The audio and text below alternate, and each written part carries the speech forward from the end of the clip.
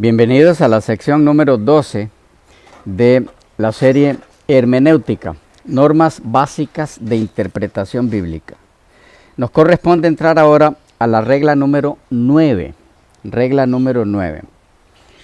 Tiene que ver con la distinción entre declaración descriptiva y declaración prescriptiva. Es necesario, muy necesario tomar en cuenta esto.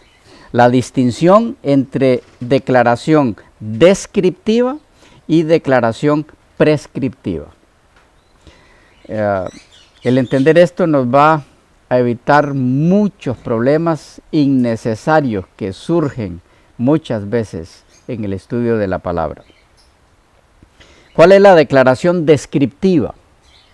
Es aquella a través de la cual se describe o se narra un hecho, un acontecimiento determinado, sin ninguna explicación extra en cuanto a si tal hecho fue aprobado por Dios o no, o con alguna explicación extra de la aprobación o desaprobación divina. En fin, la declaración descriptiva, ¿qué sería? La descripción de algo que ocurrió. Punto. Y no nos dice si Dios aprobó eso, si no lo aprobó, solo se describe. Y la declaración prescriptiva, ya lo dice su nombre, es aquella a través de la cual se expresa una norma, regla, ley, a la cual debe ajustar su vida el creyente en Cristo. Fácil de captar la diferencia, ¿verdad? Descriptiva, prescriptiva. Esta regla aplicada. Las declaraciones descriptivas relatan lo que se dijo o lo que sucedió en determinada ocasión y las hay de dos tipos. 1. Las que van acompañadas de la aprobación o la desaprobación divina de lo ocurrido. 2. Las que carecen de comentarios respecto a la aprobación o desaprobación divina sobre el acto relatado. En ninguno de los casos, la declaración descriptiva por sí misma debe ser utilizada por el estudiante de la Biblia como una declaración normativa. ¿Captamos esa parte? Excepto que una norma o regla acompañe a la declaración descriptiva en el lugar donde se registra lo ocurrido o en otra parte de las Escrituras. Algunos ejemplos. En primer lugar, negativos. Negativos. No sé si tengo otros aquí. Sí, tengo algunos positivos. Algunos ejemplos negativos. Abraham y Sara deciden que Abraham tenga relaciones con Agar a fin de tener un hijo. Todos conocemos el relato. El relato en sí no registra si Dios aprobó o no tal acción. Más adelante, al transcurrir el tiempo, se registra que Dios dio a Abraham y a Sara un hijo, Isaac, lo que indicaría que no fue su voluntad lo ocurrido con Ismael. A todo esto surgen algunas preguntas que afectan la vida práctica del creyente si desconoce la norma de interpretación bíblica. Preguntas como ¿cuáles? Aún cuando Dios no aprobó lo sucedido con Agar, tampoco condenó dicho acto. Por lo tanto, ¿qué problema habría en seguir ese ejemplo? Si Dios no condenó a Abraham, ¿por qué me condenaría a mí por hacer lo mismo? ¿Qué problema estamos teniendo aquí en esa forma de interpretar la Biblia? Estaríamos pasando por alto la regla hermenéutica de saber distinguir entre declaraciones descriptivas y declaraciones prescriptivas. Es decir, en el caso de Abraham y Sara, no hay ninguna declaración prescriptiva, ¿o sí? Dios le dijo lo que tenían que hacer. No se le ocurrió a Sara la idea. O normativa, no la hay, que acompaña el relato, ninguna descripción. normativa. Y tal situación desautoriza el uso de dicho relato como una norma para la vida matrimonial. ¿Vamos captando? Otra pregunta que generalmente tiende a formularse en el ejemplo mencionado es, si Dios lo permitió, ¿por qué sería incorrecto? Él no lo ordenó, pero sí lo permitió. Y todo lo que Dios permite es correcto. Cuidado, cuidado. En esta área que puede servir al estudiante como base para la interpretación correcta de declaraciones descriptivas, no prescriptivas, es importante recordar que no todo lo que Dios permite significa que lo apruebe. El ejemplo mayor en este asunto es el pecado en sí. Dios lo permitió. Él pudo impedir que tuviera lugar en el universo, ¿o no? No podía impedirlo. Sí, solo creando robots en vez de entes libres. Pero eso no significa que lo aprueba y mucho menos que le agrade el pecado. Y no nos corresponde cuestionar su actuar al respecto. A su momento, el misterio de la existencia del mal será entendido por los salvos, si Dios así lo determina. Lo curioso de este asunto es que quienes utilizan la Biblia para hacer de algunas declaraciones descriptivas normas para la vida, generalmente lo hacen conscientes de su mal actuar. Ejemplo, quienes utilizan el caso de las codornices, a través de las cuales Dios concedió o permitió al pueblo de Israel consumir carne como alimento en el desierto, aun cuando su plan era que consumieran maná. El argumento generalmente utilizado para hacer de ese relato una norma de alimentación es precisamente que Dios lo permitió. Y el razonamiento entonces es más o menos como sigue. Si Dios no lo aprobó, pero lo permitió, por lo tanto, no está mal que su pueblo consuma carne hoy día también. ¿Cuál es el problema aquí? El mismo del ejemplo de Abraham y Sara. Pues no hay en ese relato descriptivo del maná y la carne ninguna declaración prescriptiva en cuanto a la carne. Y por lo tanto, utilizar dicho episodio como base para el consumo de carne hoy día es violentar la regla hermenéutica que estamos analizando. Es decir, al relato no lo acompaña ninguna declaración normativa donde se refleje que era la voluntad de Dios que se consumiera carne y que por lo tanto, en eso, ellos fueron un ejemplo a seguir. Lo curioso en casos como estos es que los que pasan por alto esta regla hermenéutica nunca razonan de la siguiente forma. Vean qué curioso, nunca razonan así. ¿Por qué no debemos comer carne ahora si de todas formas aquellos que la pidieron con insistencia a Dios, sabiendo que no era su voluntad, murieron por miles? ¿Por qué no razonan así?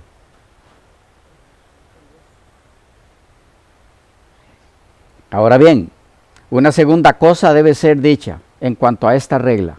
La distinción entre declaraciones descriptivas de declaraciones normativas. Y es que una declaración descriptiva no se convierte en normativa o prescriptiva por el hecho de que dicha declaración descriptiva sea acompañada de una declaración prescriptiva o por el hecho en sí mismo de que en ese momento en particular donde ese episodio determinado se dio, Dios aprobó tal acción. Estamos contradiciéndonos en lo que dijimos anteriormente. No, para nada. Veamos esto más de cerca. Miren, hay circunstancias en las que se dieron determinados eventos que fueron acompañados de una orden divina o de su aprobación.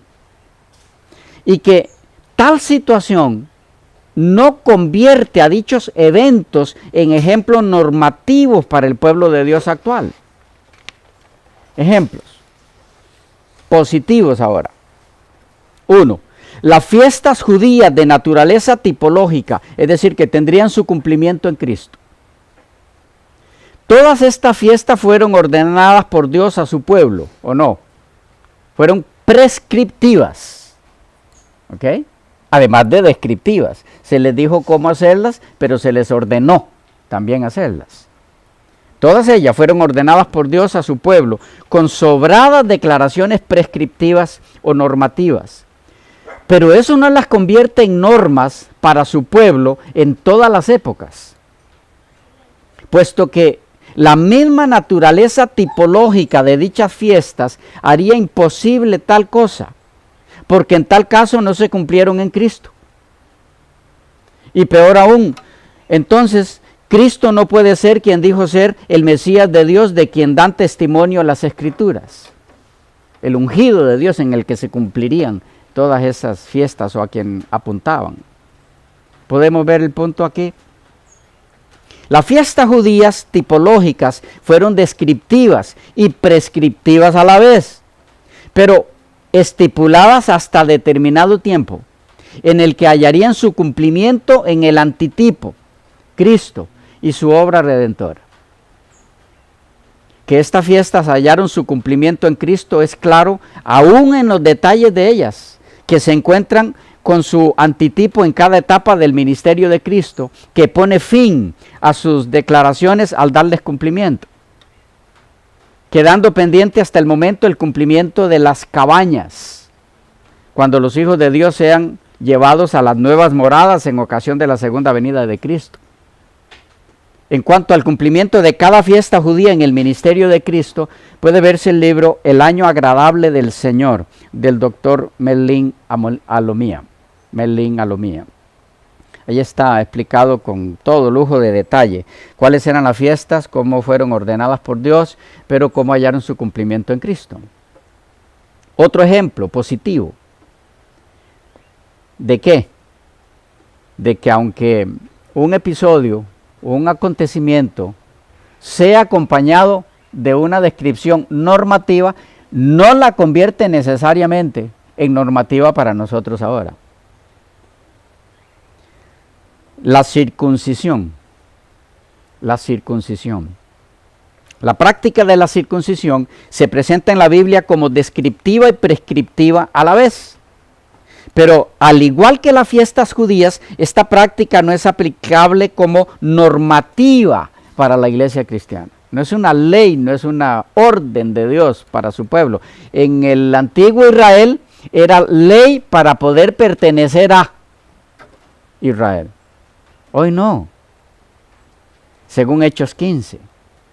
¿Qué es lo que hace entonces que una declaración descriptiva acompañada de declaraciones descriptivas o normativas sea norma universal para el pueblo de Dios en toda época?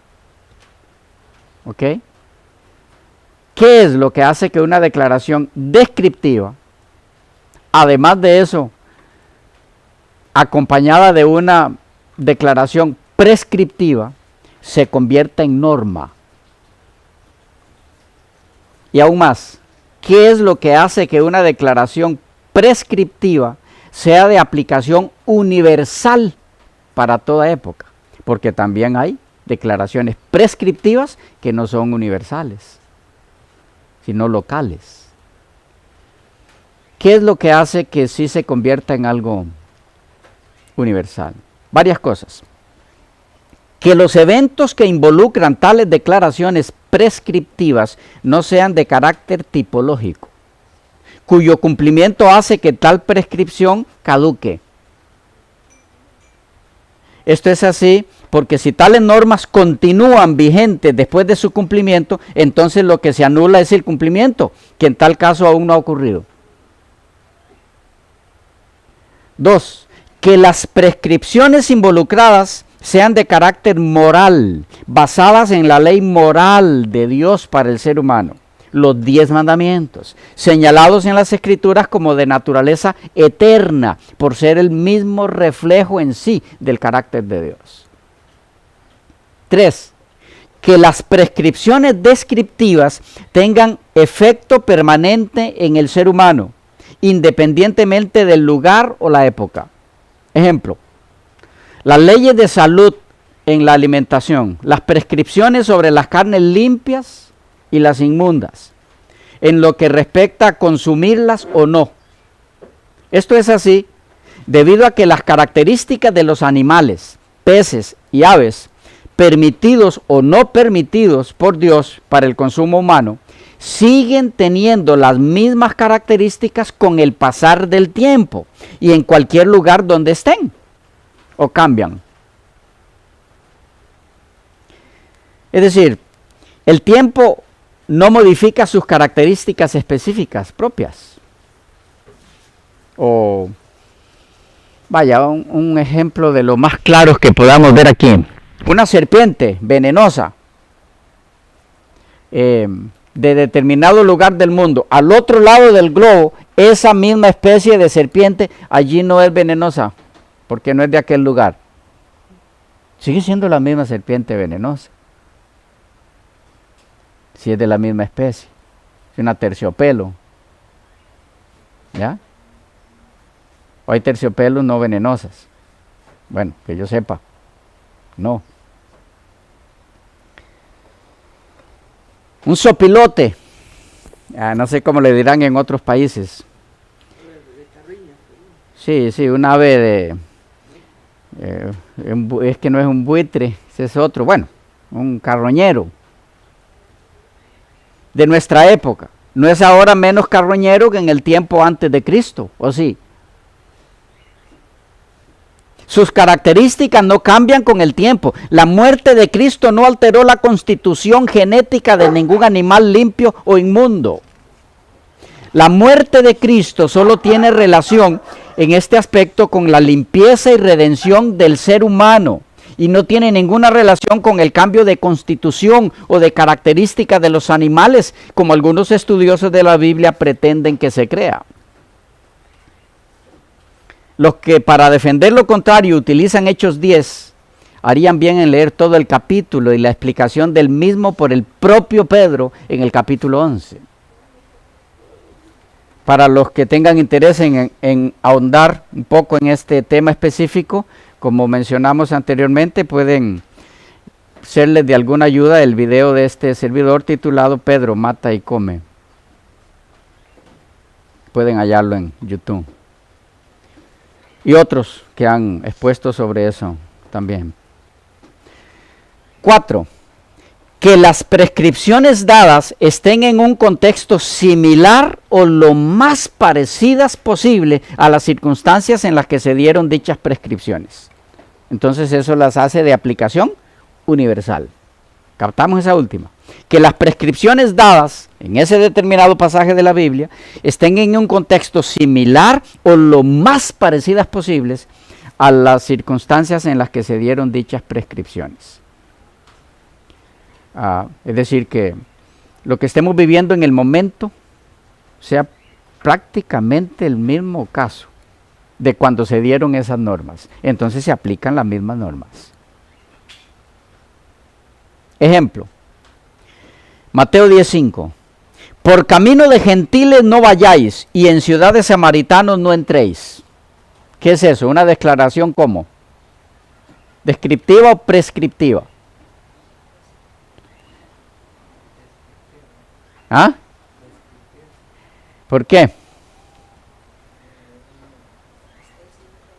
¿Descriptiva o prescriptiva? ¿Captamos la diferencia? Porque si no captamos la diferencia no podemos entender la regla.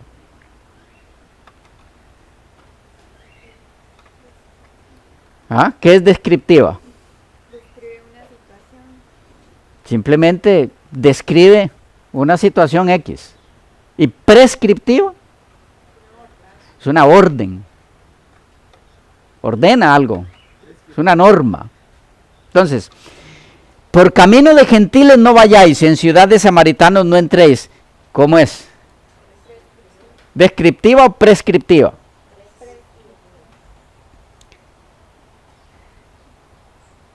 Es las dos. Sí, obviamente es prescriptiva, hay una orden aquí, pero se les está indicando por dónde ir, por dónde no, también está describiéndose cómo ejecutar bien esa orden. Pero ¿cuál es el punto? Si esta declaración prescriptiva de nuestro Señor, que es una orden, se aplica incorrectamente,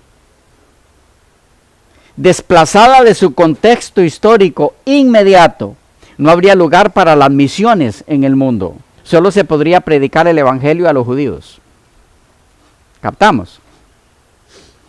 Allí dice, por camino de gentiles no vayáis, en ciudad de samaritanos no entréis. ¿Cómo aplicamos eso?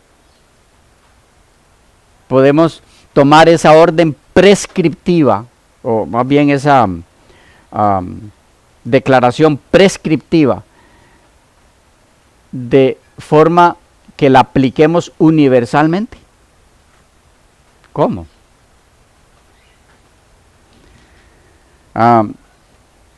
El mandamiento dado en 10, 5 y 6 era una restricción temporal que más adelante sería levantada, como lo indica claramente Mateo 28, 19 y 20. Ahora la orden es a todo el mundo, pero antes de eso era una descripción prescriptiva, pero local, de carácter local. ¿Vamos captando cómo hacer la diferencia? Estamos aquí entonces ante una restricción temporal y nunca de aplicación universal o permanente. Darle tal aplicación anularía la misión de la iglesia, que está en Marcos 16, 15. Y les dijo, id por todo el mundo y predicad el evangelio a toda criatura. Noten, aquí tenemos un caso interesantísimo, donde podemos ver la importancia de esta regla. En una, les dice, por camino de gentiles no vayáis, en ciudad de samaritanos no entréis. Pero en otra descripción prescriptiva también les dice, id por todo el mundo y predicad el evangelio a toda criatura. Entonces, ¿cuál de las dos es?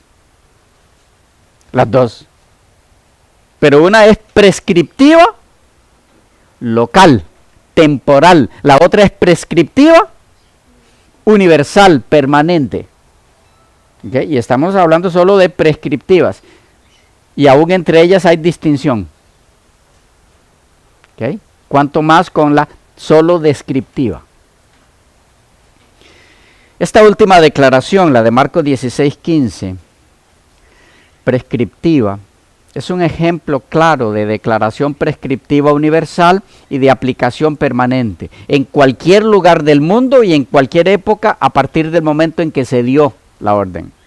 Y aún así, tiene su límite de aplicación en el tiempo, pues dicha orden debe ser ejecutada por la Iglesia de Cristo hasta que concluya el tiempo de gracia, pues solo será efectiva mientras haya mediador en el cielo. Desde que Cristo concluya su mediación hasta su regreso a la tierra en ocasión de la segunda venida de Cristo, la predicación del Evangelio no tendría ni propósito ni efecto alguno, según Apocalipsis 22, 11. Entonces tampoco es para toda época. A manera de conclusión de esta regla, puede decirse que los ejemplos bíblicos solo están imbuidos de autoridad cuando los refuerza un mandato específico. Y a esto hay que añadir que dicho mandato debe estar en el contexto de lo universal y permanente, para que sea aplicable hoy. Con esto claro, el estudiante de la Biblia habrá dado un gran paso que le evitará confrontar la problemática en la que se enfrascan algunos cuando se encuentran con Moisés matando al egipcio, David adulterando y asesinando, Pedro negando a Cristo, etc. Y utilizará más bien estos relatos de declaraciones descriptivas y muchos otros similares como ejemplos de los que se desprenden lecciones para la vida práctica. Y en cuanto a las descripciones prescriptivas, sabrá el estudiante darles la interpretación y aplicación adecuada para no sacarlos de su contexto y para disfrutar sus enseñanzas. Y en tercer lugar, podrá entender con claridad lo que Dios requiere de él o de ella actualmente, así como lo ha requerido de todos sus hijos en toda época. Al discernir las prescripciones de carácter universal de las de aplicación no universal. ¿Ok? Captamos. Preguntas, inquietudes sobre esta regla. Para mí, una clave muy, muy importante. Pasarla por alto nos hará hacer desastres en la interpretación bíblica. ¿Estamos? ¿Sí? Hay una pregunta, la dejamos para la próxima sección que se nos fue el tiempo. Contexto.